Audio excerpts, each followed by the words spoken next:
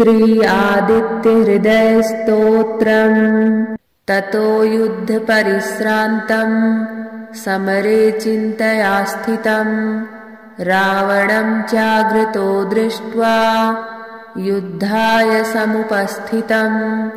देवतैश्च समागम्य द्रष्टुमभ्यागतो रणम्। उपगम्याब्रवीद्रामम् अगस्त्यो भगवांस्तदा। राम राम महाबाहो शृणु गुह्यम् सनातनम्। येन सर्वान् रीन्वत्स समरे विजयिष्यसे। आदित्यहृदयम् पुण्यम् सर्वशत्रुविनाशनम्। जयावहम् जपम् नित्यम् अक्षयम् परमम् शिवम्। सर्वमङ्गलमाङ्गल्यम् सर्वपापप्रणाशनम्। चिन्ताशोकप्रशमनम् आयुर्वर्धनमुत्तमम्। रश्मिमन्तम् समुद्यन्तम् देवासुरनमस्कृतम्। पूजयस्व विवस्वन्तम् भास्करम् भुवनेश्वरम्। सर्वदेवात्मको ह्येष तेजस्वी रश्मिभावनः।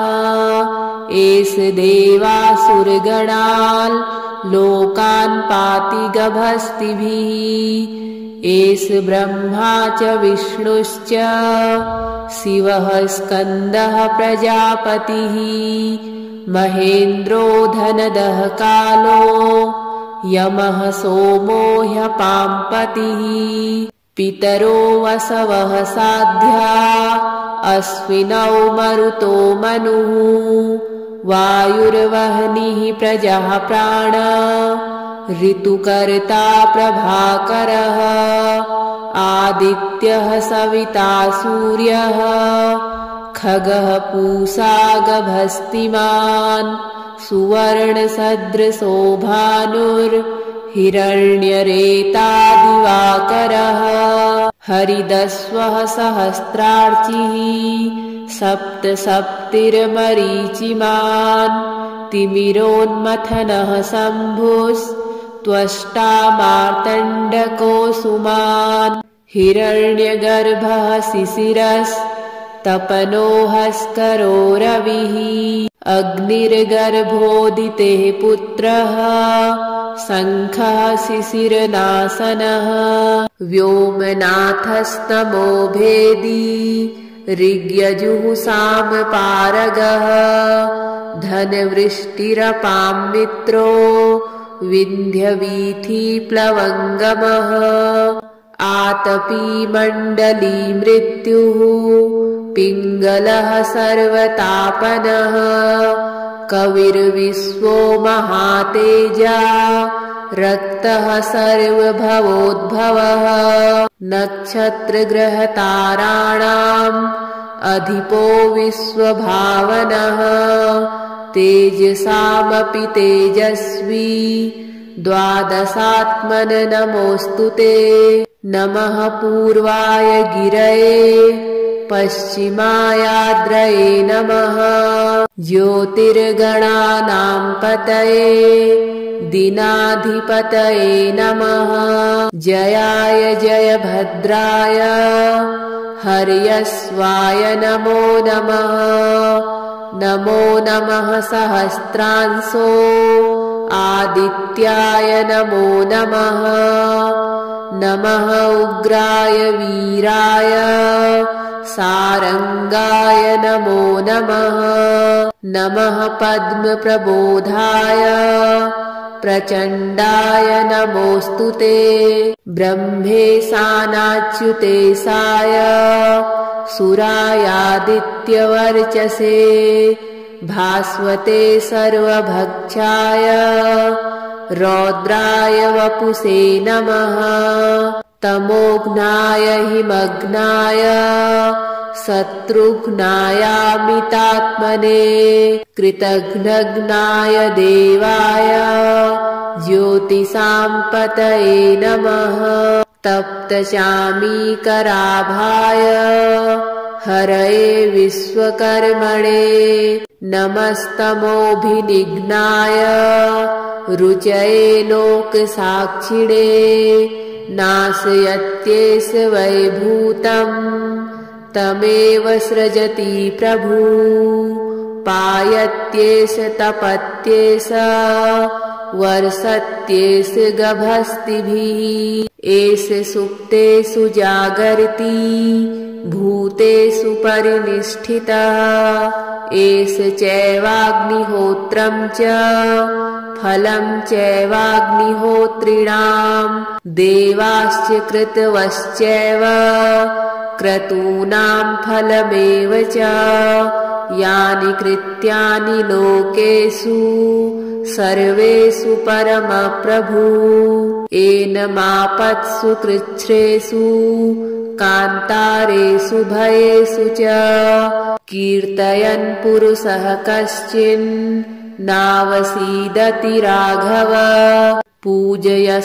पूजयस्वैनमेकाग्रो देवदेवं जगत्पतिम् एतत्त्रिगुणितं जप्त्वा युद्धेषु विजयिष्यसि अस्मिन् क्षणे महाबाहो रावणं त्वं जहिष्यसि एवमुक्त्वा ततोऽगस्त्यो जगाम स यथागतम् एतच्छ्रुत्वा महातेजा नष्टशोको भवत्तदा धारयामास सुप्रीतो राघवः प्रयतात्मवान् आदित्यं प्रेक्ष्य जप्त्वेदं परं हर्षमवाप्तवान् त्रिराचम्य शुचिर्भूत्वा धनुरादाय वीर्यवान् रावणं प्रेक्ष्य हृष्टात्मा जयार्थं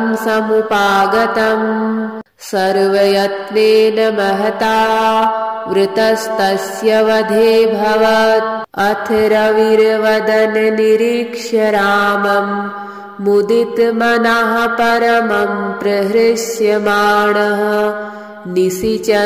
निशिचरपतिसञ्चयं विदित्वा सुरगणमध्यगतो वचस्त्वरेति ततो युद्धपरिश्रान्तं समरे चिन्तया स्थितं रावणं जागृतो दृष्ट्वा युद्धाय समुपस्थितं देवतैश्च समागम्य द्रष्टुमभ्यागतो रणम् उपगम्याब्रवीद्रामम् अगस्त्यो भगवांस्तदा राम राम महाबाहो शृणु गुह्यं सनातनम् येन सर्वान् रीन्वत्स समरे विजयिष्यसे आदित्यहृदयं पुण्यम् सर्वशत्रुविनाशनम् जयावहं जपं नित्यम् अक्षयं परमं शिवम् सर्वमङ्गलमाङ्गल्यं सर्वपापप्रणाशनम् चिन्ताशोकप्रशमनम् आयुर्वर्धनमुत्तमम् रश्मिमन्तं समुद्यन्तम् देवासुरनमस्कृतम् पूजयस्व विवस्वन्तम् भास्करं भुवनेश्वरम् सर्वदेवात्मको ह्येष तेजस्वी रश्मिभावनः एष देवासुरगणान् लोकान् पाति गभस्तिभिः एष ब्रह्मा च विष्णुश्च शिवः स्कन्दः प्रजापतिः महेन्द्रो धनदः कालो यमः सोमो ह्यपाम्पतिः पितरो वसवः साध्या अश्विनौ मरुतो मनुः वायुर्वह्निः प्रजः प्राण ऋतुकर्ता प्रभाकरः आदित्यः सविता सूर्यः खगः पूषा गभस्तिमान् सुवर्णसदृशो भानुर्हिरण्यरेतादिवाकरः हरिदस्वः सहस्रार्चिः सप्तसप्तिर्मरीचिमान् तिमिरोन्मथनः शम्भुस्त्वष्टा मार्तण्डकोसुमान् हिरण्यगर्भः शिशिरस्तपनोहस्करो रविः अग्निर्गर्भोदितेः पुत्रः शङ्खः शिशिरनासनः व्योमनाथस्तमो भेदी ऋग्यजुः सामपारगः धनवृष्टिरपां मित्रो विन्ध्यवीथिप्लवङ्गमः आतपी मण्डली मृत्युः पिङ्गलः सर्वतापनः कविर्विश्वो महातेजा रक्तः सर्वभवोद्भवः नक्षत्रग्रहताराणाम् अधिपो विश्वभावनः तेजसामपि तेजस्वी द्वादशात्मन नमोऽस्तु ते नमः पूर्वाय गिरये पश्चिमायाद्रये नमः ज्योतिर्गणानां पतये दिनाधिपतये नमः जयाय जयभद्राय हर्यस्वाय नमो नमः नमो नमः सहस्रांशो आदित्याय नमो नमः नमः उग्राय वीराय सारंगाय नमो नमः नमः पद्मप्रबोधाय प्रचण्डाय नमोऽस्तु ते ब्रह्मेशानाच्युतेशाय सुरायादित्यवर्चसे भास्वते सर्वभक्षाय रौद्राय वपुषे नमः तमोघ्नाय हिमग्नाय शत्रुघ्नायामितात्मने कृतघ्नघ्नाय देवाय ज्योतिषां पतये नमः तप्तचामीकराभाय हरये विश्वकर्मणे नमस्तमोभिनिघ्नाय रुचये लोकसाक्षिणे नाशयत्येष वैभूतम् तमेव सृजति प्रभु पायत्येष तपत्येष वर्षत्येष गभस्तिभिः एष सुप्तेषु जागर्ति भूतेषु परिनिष्ठितः एष चैवाग्निहोत्रं च फलं चैवाग्निहोत्रिणाम् देवाश्च कृतवश्चैव क्रतूनां फलमेव च यानि कृत्यानि लोकेषु सर्वेषु परमप्रभु एनमापत्सु कृच्छ्रेषु कान्तारेषु भयेषु च कीर्तयन् पुरुषः कश्चिन् नावसीदति राघव पूजयस्वैनमेकाग्रो देवदेवं जगत्पतिम् एतत्त्रिगुणितं जप्त्वा युद्धेषु विजयिष्यसि अस्मिन् क्षणे महाबाहो रावणं त्वं जहिष्यसि एवमुक्त्वा ततोऽगस्त्यो जगाम स यथागतम् एतच्छ्रुत्वा महातेजा नष्टशोको भवत्तदा धारयामास सुप्रीतो राघवः प्रयतात्मवान् आदित्यं प्रेक्ष्य जप्त्वेदं परं हर्षमवाप्तवान् त्रिराचम्य शुचिर्भूत्वा धनुरादाय वीर्यवान् रावणं प्रेक्ष्य हृष्टात्मा जयार्थं समुपागतम् सर्वयत्नेन महता वृतस्तस्य वधेऽभवत् अथ रविर्वदन निरीक्ष्य रामम् मुदितमनः परमं प्रहृष्यमाणः निशिचरपतिसञ्चयं विदित्वा सुरगणमध्यगतो वचस्त्वरेति ततो युद्धपरिश्रान्तं समरे चिन्तया स्थितं रावणं चाग्रतो दृष्ट्वा युद्धाय समुपस्थितं देवतैश्च समागम्य द्रष्टुमभ्यागतो रणम् उपगम्याब्रवीद्रामम् अगस्त्यो भगवांस्तदा राम राम महाबाहो शृणु गुह्यं सनातनम् येन सर्वान् रीन्वत्स समरे विजयिष्यसे आदित्यहृदयं पुण्यम् सर्वशत्रुविनाशनम् जयावहं जपं नित्यम् अक्षयं परमं शिवम् सर्वमङ्गलमाङ्गल्यं सर्वपापप्रणाशनम्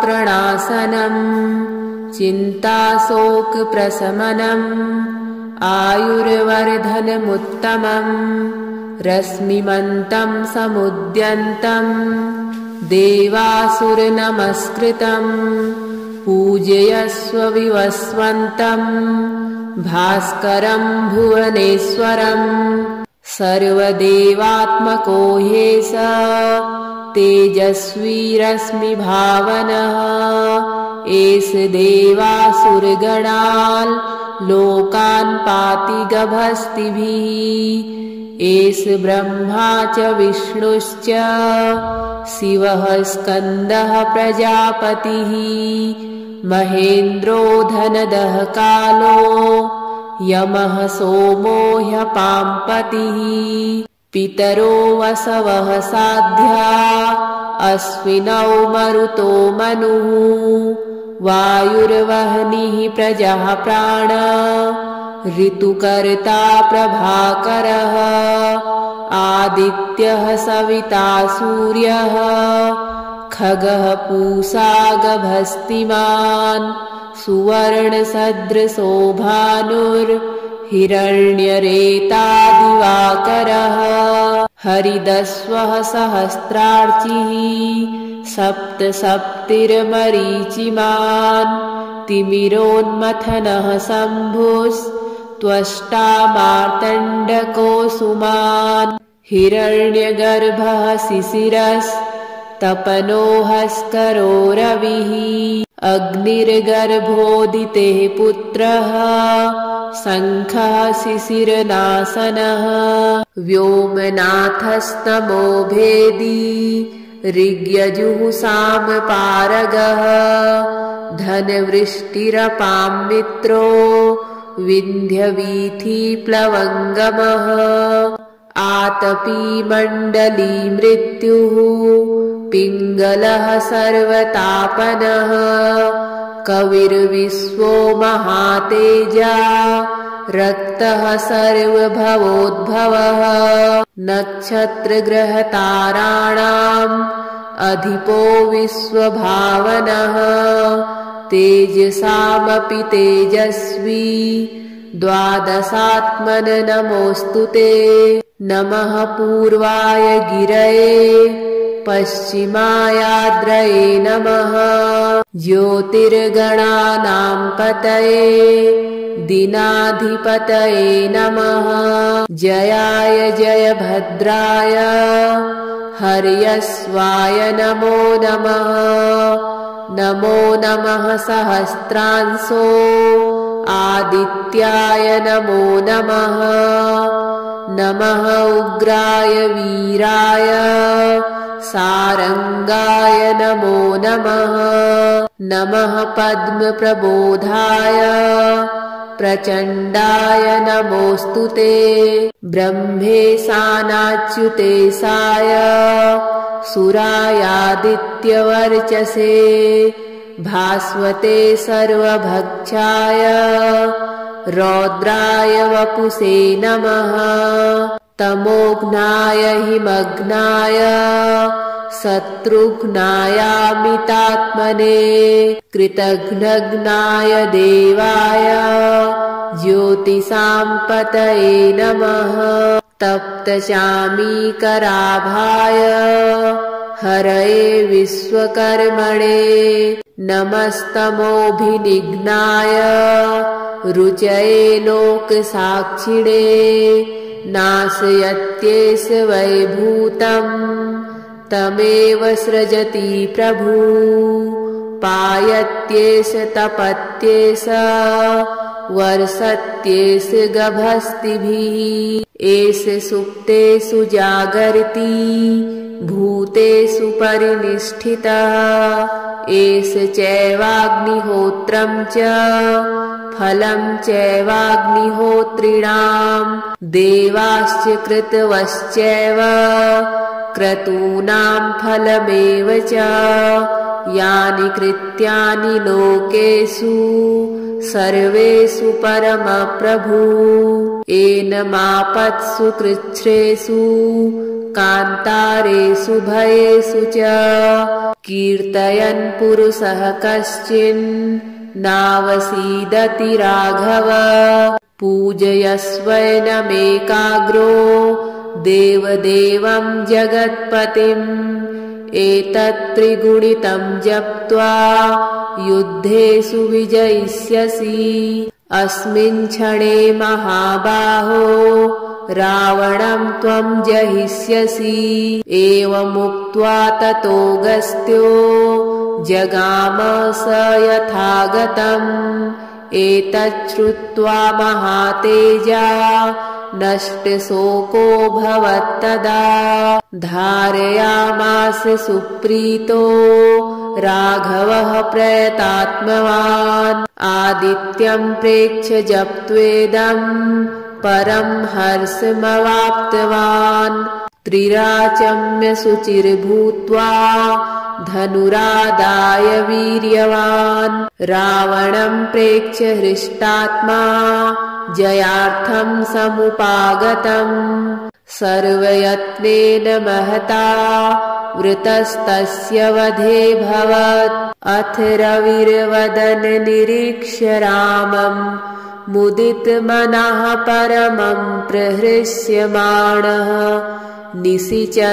निशिचरपतिसञ्चयं विदित्वा सुरगणमध्यगतो वचस्त्वरेति ततो युद्धपरिश्रान्तं समरे चिन्तया स्थितं रावणं जागृतो दृष्ट्वा युद्धाय समुपस्थितं देवतैश्च समागम्य द्रष्टुमभ्यागतो रणम् उपगम्याब्रवीद्रामम् अगस्त्यो भगवांस्तदा राम राम महाबाहो शृणु गुह्यं सनातनम् येन सर्वान् रीन्वत्स समरे विजयिष्यसे आदित्यहृदयं पुण्यम् सर्वशत्रुविनाशनम् जयावहं जपं नित्यम्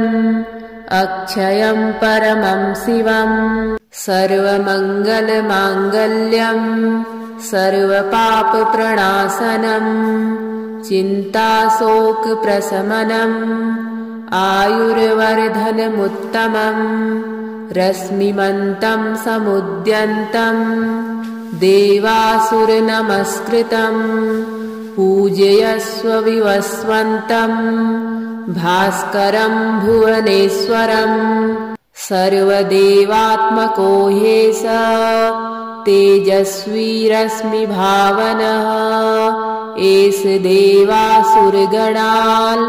लोकान् पाति गभस्तिभिः एष ब्रह्मा च विष्णुश्च शिवः स्कन्दः प्रजापतिः महेन्द्रो धनदः कालो यमः सोमो ह्यपाम्पतिः पितरो वसवः साध्या अश्विनौ मरुतो मनुः वायुर्वह्निः प्रजः प्राण ऋतुकर्ता प्रभाकरः आदित्यः सविता सूर्यः खगः पूषा गभस्तिमान् सुवर्णसदृशो भानुर्हिरण्यरेता दिवाकरः हरिदस्वः सहस्रार्चिः सप्तसप्तिर्मरीचिमान् तिमिरोन्मथनः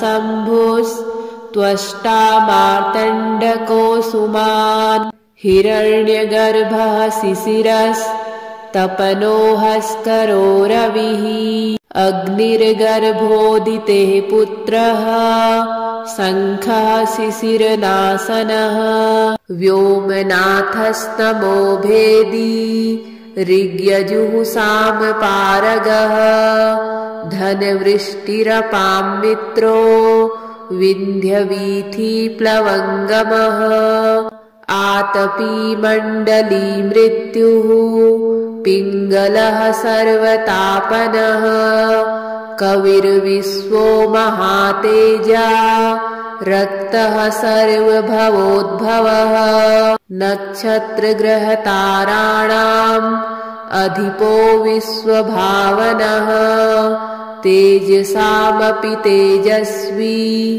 द्वादशात्मन नमोऽस्तु ते नमः पूर्वाय गिरये पश्चिमायाद्रये नमः ज्योतिर्गणानां पतये दिनाधिपतये नमः जयाय जयभद्राय हर्यस्वाय नमो नमः नमो नमः सहस्रांशो आदित्याय नमो नमः नमः उग्राय वीराय सारंगाय नमो नमः नमः पद्मप्रबोधाय प्रचण्डाय नमोऽस्तु ते ब्रह्मेशानाच्युतेशाय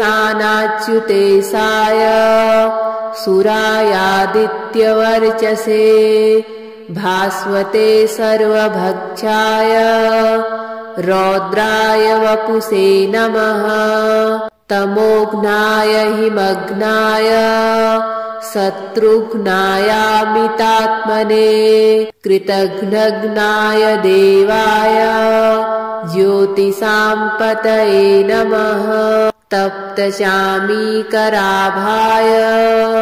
हरये विश्वकर्मणे नमस्तमोभिनिघ्नाय रुचये लोकसाक्षिणे नाशयत्येष वैभूतम् तमेव सृजति प्रभु पायत्येष तपत्येष वर्षत्येष गभस्तिभिः एष सुप्तेषु जागर्ति भूतेषु परिनिष्ठितः एष चैवाग्निहोत्रं च फलं चैवाग्निहोत्रिणाम् देवाश्च कृतवश्चैव क्रतूनां फलमेव च यानि कृत्यानि लोकेषु सर्वेषु परमप्रभु एनमापत्सु कृच्छ्रेषु कान्तारेषु भयेषु च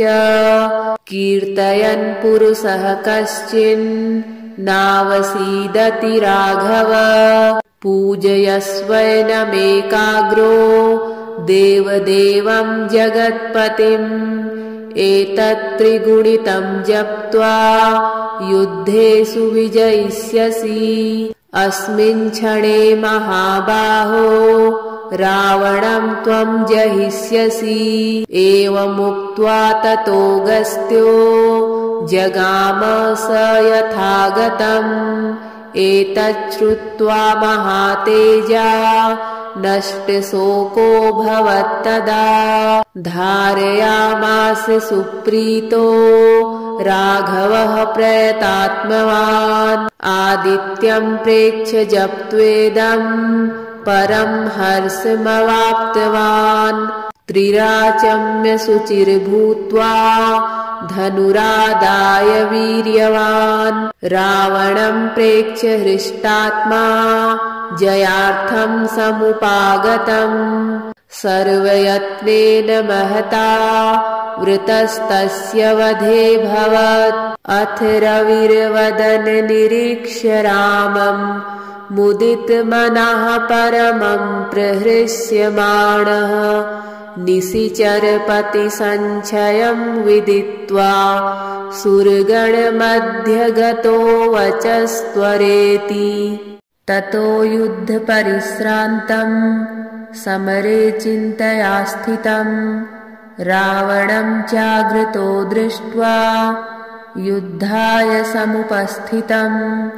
देवतैश्च समागम्य द्रष्टुमभ्यागतो रणम्।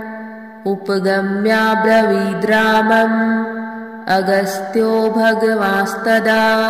राम राम महाबाहो शृणु गुह्यं सनातनम्। येन सर्वान् रीन्वत्स समरे विजयिष्यसे।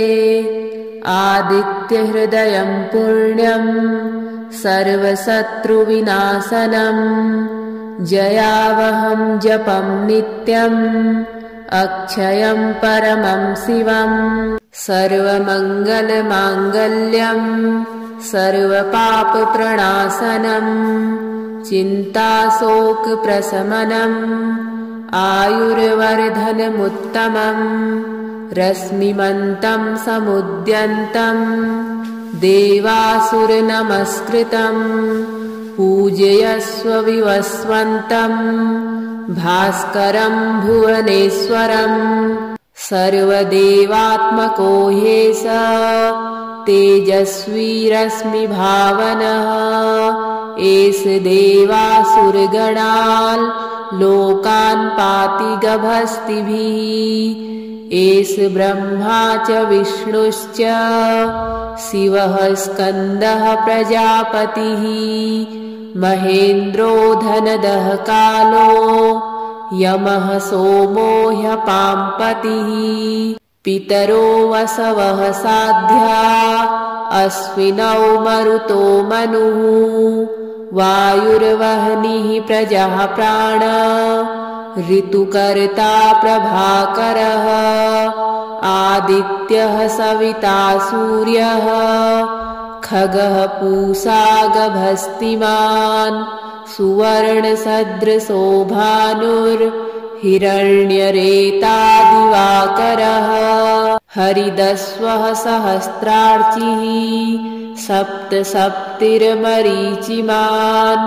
तिमिरोन्मथनः शम्भुस्त्वष्टा मार्तण्डकोसुमान्। हिरण्यगर्भः शिशिरस्तपनो हस्करो रविः। अग्निर्गर्भोदितेः पुत्रः शङ्खः शिशिरनाशनः। व्योमनाथस्तमो भेदी ऋग्यजुः सामपारगः। धनवृष्टिरपां मित्रो विन्ध्यवीथिप्लवङ्गमः। आतपी मण्डली मृत्युः पिङ्गलः सर्वतापनः। कविर्विश्वो महातेजा रक्तः सर्वभवोद्भवः। नक्षत्रग्रहताराणाम् अधिपो विश्वभावनः। तेजसामपि तेजस्वी द्वादशात्मन नमोऽस्तु ते। नमः पूर्वाय गिरये पश्चिमायाद्रये नमः। ज्योतिर्गणानां पतये दिनाधिपतये नमः।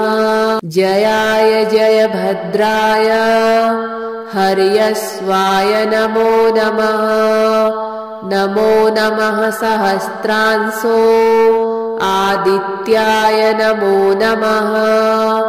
नमः उग्राय वीराय सारंगाय नमो नमः। नमः पद्मप्रबोधाय प्रचण्डाय नमोऽस्तुते ब्रह्मेशानाच्युतेशाय सुरायादित्यवर्चसे भास्वते सर्वभक्षाय रौद्राय वपुषे नमः तमोघ्नाय हिमग्नाय शत्रुघ्नायामितात्मने कृतघ्नघ्नाय देवाय ज्योतिषां पतये नमः तप्तचामीकराभाय हरये विश्वकर्मणे नमस्तमोभिनिघ्नाय रुचये लोकसाक्षिणे नाशयत्येष वैभूतम् तमेव सृजति प्रभु पायत्येष तपत्येष वर्षत्येष गभस्तिभिः एष सुप्तेषु जागर्ति भूतेषु परिनिष्ठितः एष चैवाग्निहोत्रं च फलं चैवाग्निहोत्रिणां देवाश्च कृतवश्चैव क्रतूनां फलमेव च यानि कृत्यानि लोकेषु सर्वेषु परमप्रभु एनमापत्सु कृच्छ्रेषु कान्तारेषु भयेषु च कीर्तयन् पुरुषः कश्चिन् नावसीदति राघव पूजयस्वैनमेकाग्रो देवदेवं जगत्पतिम् एतत्त्रिगुणितं जप्त्वा युद्धेषु विजयिष्यसि अस्मिन् क्षणे महाबाहो रावणं त्वं जहिष्यसि एवमुक्त्वा ततोऽगस्त्यो जगाम स यथागतम् एतच्छ्रुत्वा महातेजा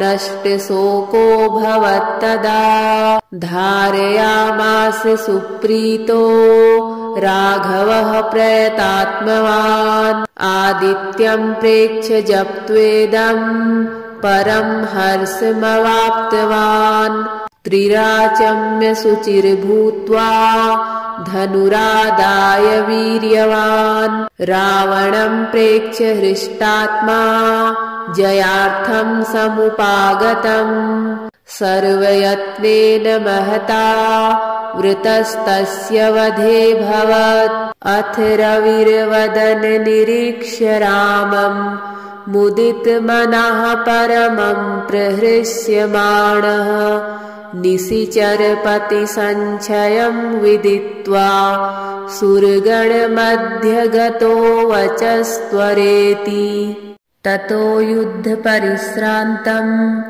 समरे चिन्तया स्थितं रावणं चाग्रतो दृष्ट्वा युद्धाय समुपस्थितं देवतैश्च समागम्य द्रष्टुमभ्यागतो रणम् उपगम्याब्रवीद्रामम् अगस्त्यो भगवांस्तदा राम राम महाबाहो शृणु गुह्यं सनातनम् येन सर्वान् रीन्वत्स समरे विजयिष्यसे आदित्यहृदयं पुण्यं सर्वशत्रुविनाशनम् जयावहं जपं नित्यम् अक्षयं परमं शिवम् सर्वमङ्गलमाङ्गल्यं सर्वपापप्रणाशनम् चिन्ताशोकप्रशमनम् आयुर्वर्धनमुत्तमम् रश्मिमन्तं समुद्यन्तम् देवासुरनमस्कृतम् पूजयस्व विवस्वन्तम् भास्करं भुवनेश्वरम् सर्वदेवात्मको ह्येष तेजस्वी रश्मिभावनः एष देवासुरगणान् लोकान् पाति गभस्तिभिः एष ब्रह्मा च विष्णुश्च शिवः स्कन्दः प्रजापतिः महेन्द्रो धनदः कालो यमः सोमो ह्यपाम्पतिः पितरो वसवः साध्या अश्विनौ मरुतो मनुः वायुर्वह्निः प्रजः प्राण ऋतुकर्ता प्रभाकरः आदित्यः सविता सूर्यः खगः पूषा गभस्तिमान् सुवर्णसदृशो भानुर्हिरण्यरेता दिवाकरः हरिदस्वः सहस्रार्चिः सप्तसप्तिर्मरीचिमान् तिमिरोन्मथनः शम्भुस्त्वष्टा मार्तण्डकोसुमान् हिरण्यगर्भः शिशिरस्तपनो हस्करो रविः अग्निर्गर्भोदितेः पुत्रः शङ्खः शिशिरनाशनः व्योमनाथस्तमो भेदी ऋग्यजुः सामपारगः धनवृष्टिरपां मित्रो विन्ध्यवीथिप्लवङ्गमः आतपी मण्डली मृत्युः पिङ्गलः सर्वतापनः कविर्विश्वो महातेजा रक्तः सर्वभवोद्भवः नक्षत्रग्रहताराणाम् अधिपो विश्वभावनः तेजसामपि तेजस्वी द्वादशात्मन नमोऽस्तु ते नमः पूर्वाय गिरये पश्चिमायाद्रये नमः ज्योतिर्गणानां पतये दिनाधिपतये नमः जयाय जयभद्राय हर्यस्वाय नमो नमः नमो नमः सहस्रांशो आदित्याय नमो नमः नमः उग्राय वीराय सारंगाय नमो नमः नमः पद्मप्रबोधाय प्रचण्डाय नमोऽस्तु ते ब्रह्मेशानाच्युतेशाय सुरायादित्यवर्चसे भास्वते सर्वभक्षाय रौद्राय वपुषे नमः तमोघ्नाय हिमग्नाय शत्रुघ्नायामितात्मने कृतघ्नघ्नाय देवाय ज्योतिषां पतये नमः तप्तचामीकराभाय हरये विश्वकर्मणे नमस्तमोभिनिघ्नाय रुचये लोकसाक्षिणे नाशयत्येष वैभूतम् तमेव सृजति प्रभु पायत्येष तपत्येष वर्षत्येष गभस्तिभिः एष सुप्तेषु जागर्ति भूतेषु परिनिष्ठितः एष चैवाग्निहोत्रं च फलं चैवाग्निहोत्रिणां देवाश्च कृतवश्चैव क्रतूनां फलमेव च यानि कृत्यानि लोकेषु सर्वेषु परमप्रभु एनमापत्सु कृच्छ्रेषु कान्तारेषु भयेषु च कीर्तयन् पुरुषः कश्चिन् नावसीदति राघव पूजयस्वैनमेकाग्रो देवदेवं जगत्पतिम् एतत्त्रिगुणितं जप्त्वा युद्धेषु विजयिष्यसि अस्मिन् क्षणे महाबाहो रावणं त्वं जहिष्यसि एवमुक्त्वा ततोऽगस्त्यो जगाम स यथागतम् एतच्छ्रुत्वा महातेजा नष्टशोको भवत्तदा। धारयामास सुप्रीतो राघवः प्रयतात्मवान्। आदित्यं प्रेक्ष्य जप्त्वेदं परं हर्षमवाप्तवान्। त्रिराचम्य शुचिर्भूत्वा धनुरादाय वीर्यवान्। रावणं प्रेक्ष्य हृष्टात्मा जयार्थं समुपागतम्। सर्वयत्नेन महता वृतस्तस्य वधे भवत्। अथ रविर्वदन निरीक्ष्य रामं मुदितमनः परमं प्रहृष्यमाणः। निशिचरपतिसञ्चयं विदित्वा सुरगणमध्यगतो वचस्त्वरेति। ततो युद्धपरिश्रान्तं समरे चिन्तया स्थितं। रावणं चाग्रतो दृष्ट्वा युद्धाय समुपस्थितम्। देवतैश्च समागम्य द्रष्टुमभ्यागतो रणम्।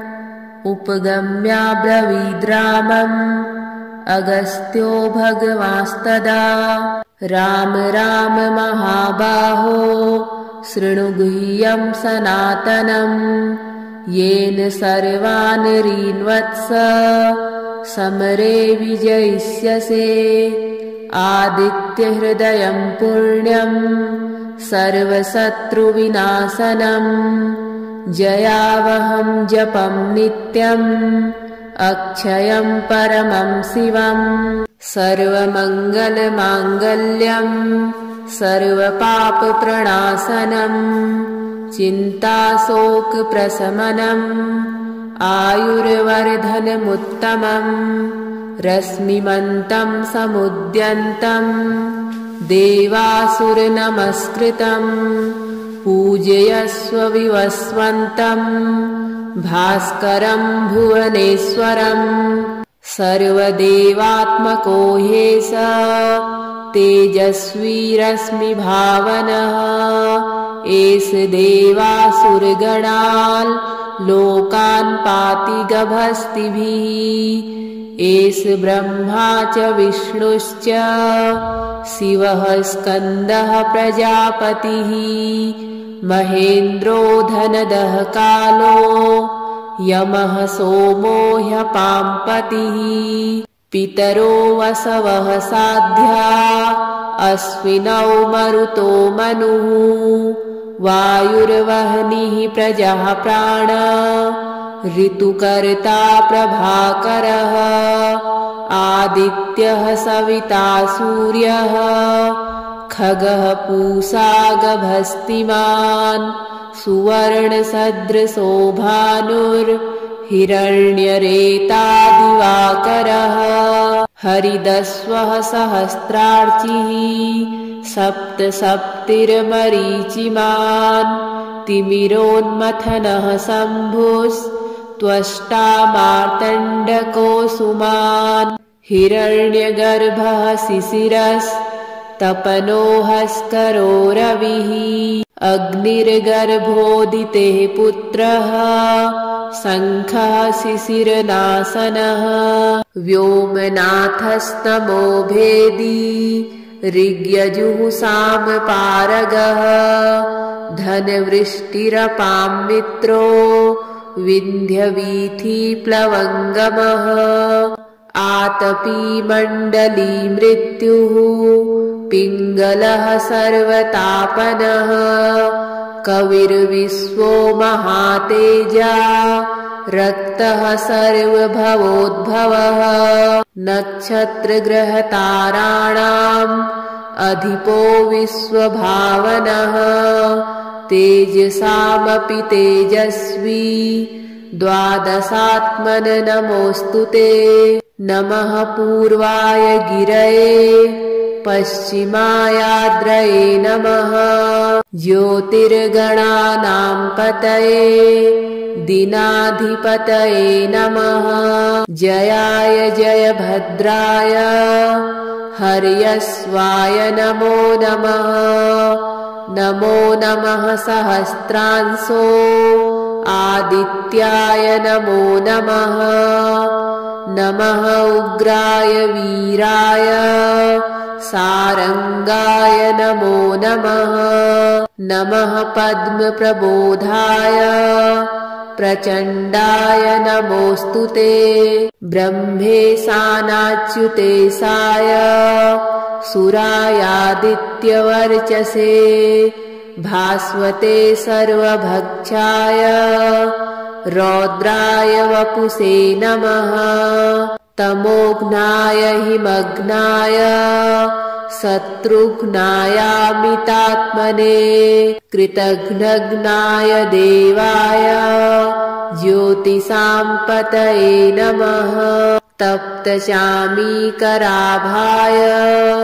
हरये विश्वकर्मणे नमस्तमोभिनिघ्नाय रुचये लोकसाक्षिणे नाशयत्येष वैभूतम् तमेव सृजति प्रभु पायत्येष तपत्येष वर्षत्येष गभस्तिभिः एष सुप्तेषु जागर्ति भूतेषु परिनिष्ठितः एष चैवाग्निहोत्रं च फलं चैवाग्निहोत्रिणां देवाश्च कृतवश्चैव क्रतूनां फलमेव च यानि कृत्यानि लोकेषु सर्वेषु परमप्रभु एनमापत्सु कृच्छ्रेषु कान्तारेषु भयेषु च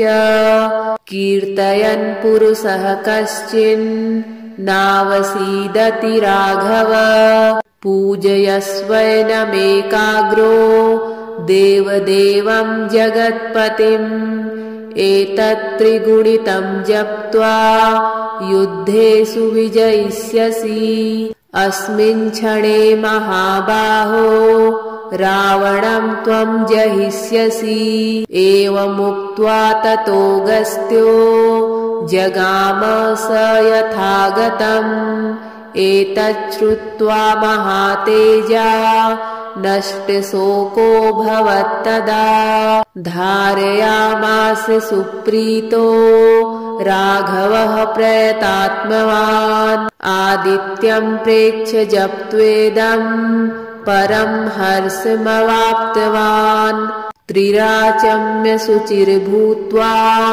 धनुरादाय वीर्यवान् रावणं प्रेक्ष्य हृष्टात्मा जयार्थं समुपागतम् सर्वयत्नेन महता वृतस्तस्य वधे भवत् अथ रविर्वदन निरीक्ष्य रामम् मुदितमनः परमं प्रहृष्यमाणः निशिचरपतिसञ्चयं विदित्वा सुरगणमध्यगतो वचस्त्वरेति ततो युद्धपरिश्रान्तं समरे चिन्तया स्थितं रावणं चाग्रतो दृष्ट्वा युद्धाय समुपस्थितम् देवतैश्च समागम्य द्रष्टुमभ्यागतो रणम् उपगम्याब्रवीद्रामम्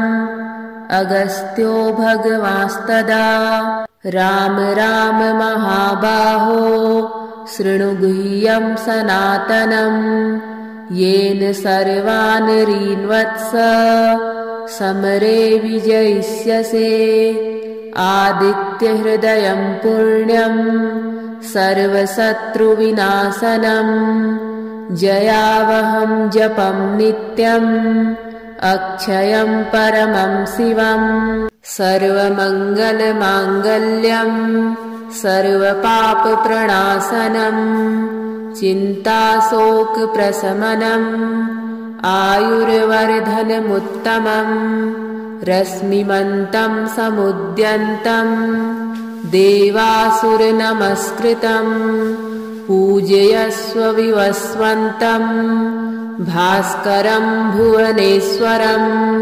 सर्वदेवात्मको ह्येष तेजस्वी रश्मिभावनः एष देवासुरगणान् लोकान् पाति गभस्तिभिः एष ब्रह्मा च विष्णुश्च शिवः स्कन्दः प्रजापतिः महेन्द्रो धनदः कालो यमः सोमो ह्यपाम्पतिः पितरो वसवः साध्या अश्विनौ मरुतो मनुः वायुर्वह्निः प्रजः प्राण ऋतुकर्ता प्रभाकरः आदित्यः सविता सूर्यः खगः पूषा गभस्तिमान् सुवर्णसदृशो भानुर्हिरण्यरेता दिवाकरः हरिदस्वः सहस्रार्चिः सप्तसप्तिर्मरीचिमान् तिमिरोन्मथनः शम्भुस्त्वष्टा मार्तण्डकोसुमान् हिरण्यगर्भः शिशिरस्तपनो हस्करो रविः अग्निर्गर्भोदितेः पुत्रः शङ्खः शिशिरनाशनः व्योमनाथस्तमो भेदी ऋग्यजुः सामपारगः धनवृष्टिरपां मित्रो विन्ध्यवीथिप्लवङ्गमः आतपी मण्डली मृत्युः पिङ्गलः सर्वतापनः कविर्विश्वो महातेजा रक्तः सर्वभवोद्भवः नक्षत्रग्रहताराणाम् अधिपो विश्वभावनः तेजसामपि तेजस्वी द्वादशात्मन नमोऽस्तु ते नमः पूर्वाय गिरये पश्चिमायाद्रये नमः ज्योतिर्गणानां पतये दिनाधिपतये नमः जयाय जयभद्राय हर्यस्वाय नमो नमः नमो नमः सहस्रांशो आदित्याय नमो नमः नमः उग्राय वीराय सारंगाय नमो नमः नमः पद्मप्रबोधाय प्रचण्डाय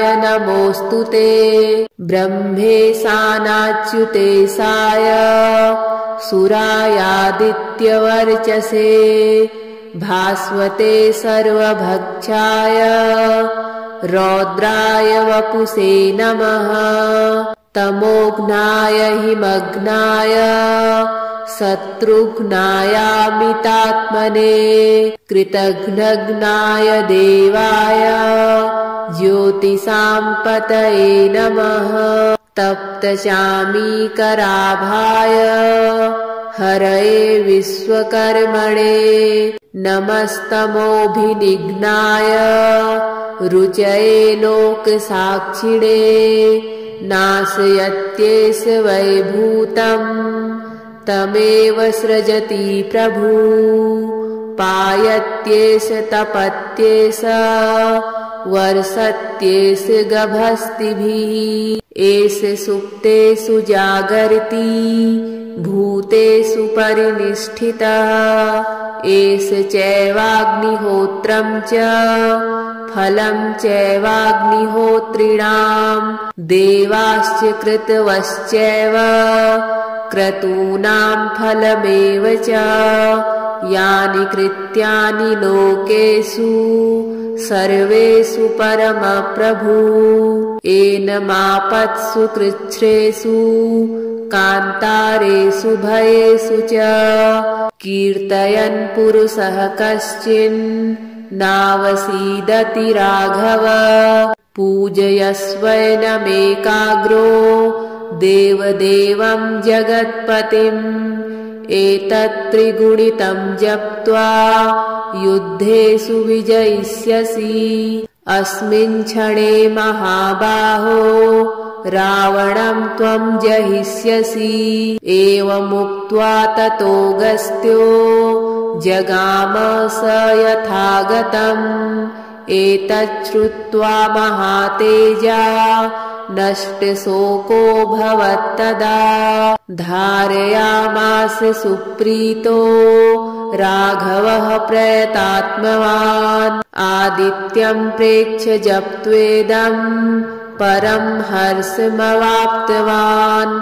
त्रिराचम्य शुचिर्भूत्वा धनुरादाय वीर्यवान्। रावणं प्रेक्ष्य हृष्टात्मा जयार्थं समुपागतम्। सर्वयत्नेन महता वृतस्तस्य वधे भवत्। अथ रविर्वदन निरीक्ष्य रामं मुदितमनः परमं प्रहृष्यमाणः। निशिचरपतिसञ्चयं विदित्वा सुरगणमध्ये गतो वचस्त्वरेति।